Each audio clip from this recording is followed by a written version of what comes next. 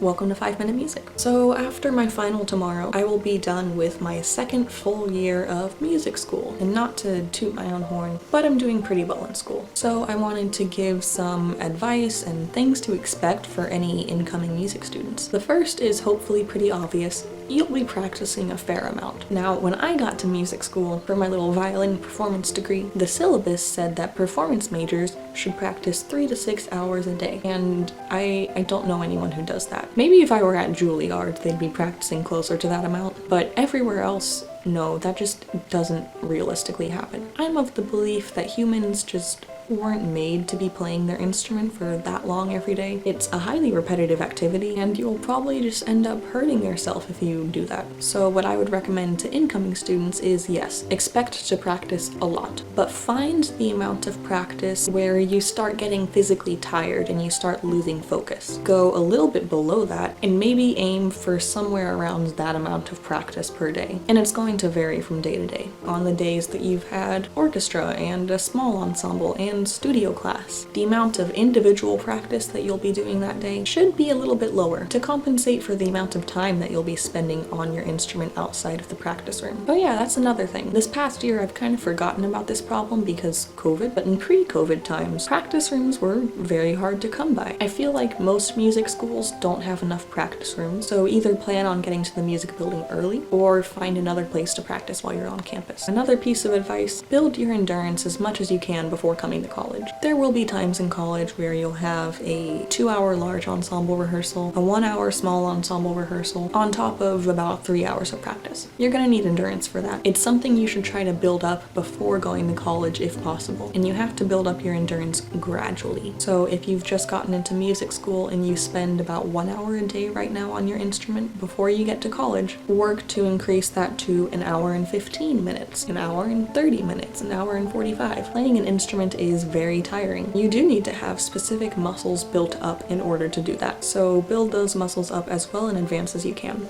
My next piece of advice is to know your music theory. At a basic level, you should be very confident with counting rhythms. You should know your scales, your key signatures, your clefs. If you see a triad, you should be able to name it. Is it major, minor? What's the root of the triad? You would be doing yourself a big favor if you knew that stuff really well before coming to college, because in your theory classes, you're going to have to be able to identify those things really quickly, and you're going to have to learn much more difficult things than that. So get comfortable with music theory as soon as you can. Going along with that, develop your aural skills. So if I play this, what kind of chord is that? Is that a major chord, a minor chord? And then even going beyond that, you should be able to tell if something's out of tune. So if I play this, is that in tune or is something sharp or flat? They have plenty of online resources where you can work on these things beforehand. I'll link to some in the description. And I don't want to scare you by saying that you should know all these things before you come to college. College is fundamentally the place to learn these things, but with theory and aural skills, you'd be better off if these weren't entirely new concepts by the time that you come to college. So work on what you can until then. And my last piece of advice is that you'll have to go out of your comfort zone a bit. So one of the degrees that I'm doing is broad area music education, preparing me to teach band, orchestra, and choir. And I hadn't sung much at all prior to college. I've had lots of comments saying that my voice is very quiet and very soothing, which is great, but the kind of singing that they encourage you to do in choir is much louder and more resonant, and I had a lot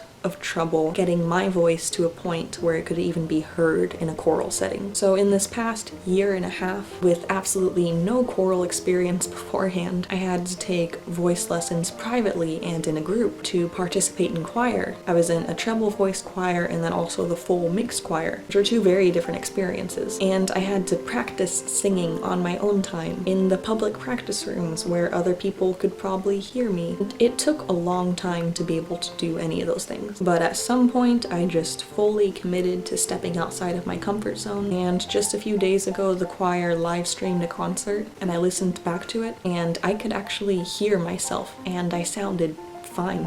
And that was a very big achievement for me. So stepping outside of your comfort zone, participating in music in any way you can, meeting other music majors who maybe specialize in something different from what you do, and just being open to the different educational experiences that come your way, that's how you're going to get the most out of your degree. So much of what we do is kind of scary and nerve-wracking. Performing in front of others, conducting others, teaching other people. But the more you do it, the more comfortable you'll be with it, and the more you'll have gotten out of your whole music education. It can be kind of scary going to music school for the first time, but just remember that it's a place to learn and to get better and to meet really cool, like-minded people. And if you have any other questions about music school, leave a comment and I'll be happy to give whatever knowledge I have. Good luck. Bye.